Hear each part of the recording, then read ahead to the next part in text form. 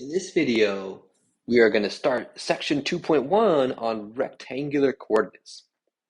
So this chapter is going to be a bit of a change of pace from the stuff that we saw before in chapter 1, especially initially.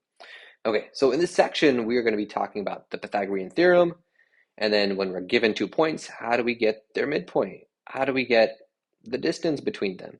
And how do we find the slope of a line connecting those points? Okay, so let's start with the Pythagorean theorem. So this is something that applies to right triangles. So let's say I have this right triangle, and the side lengths, I got A and B here. These sides are called the legs. They're called the legs of the right triangle. The legs, the ones adjacent to this right angle. And the other side, the side that is opposite that right angle, is called the hypotenuse. Okay, and the Pythagorean theorem, what does it say? It says that if you take a squared plus b squared, that is going to equal c squared.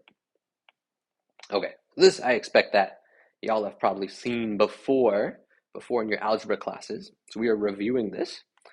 Okay, so let's do an example. So this says solve for the missing side of the right triangle if part A says the legs are 3 and 4, whatever the units are.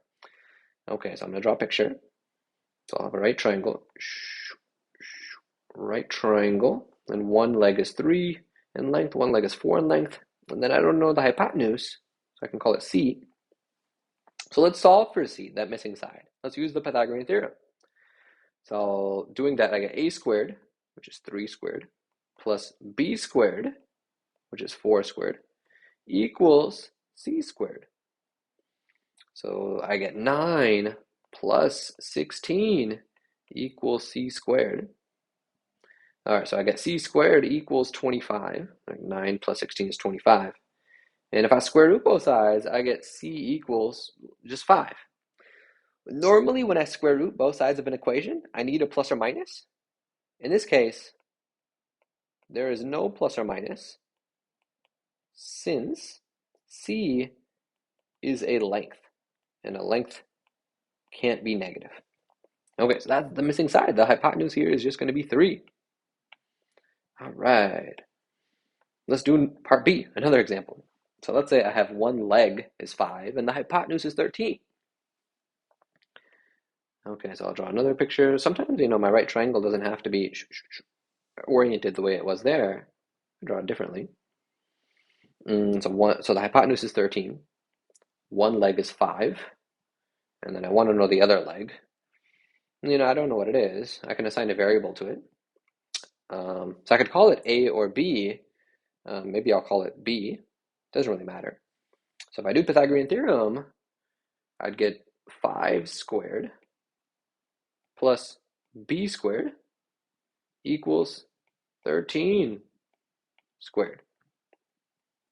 And if I wanted to, I could put this parentheses around the b. It doesn't really make a difference here because everything's positive. All right, 5 squared is 25. Then I get plus b squared equals 13 squared. What's 13 squared? 169. And then I can subtract the 25 to get b squared equals 144. Okay, and that's a nice perfect square. I could square root this, and I'll get 12. Same reason, I don't need a plus or minus, because b is a length. B is a length, so no plus or minus. So no plus or minus.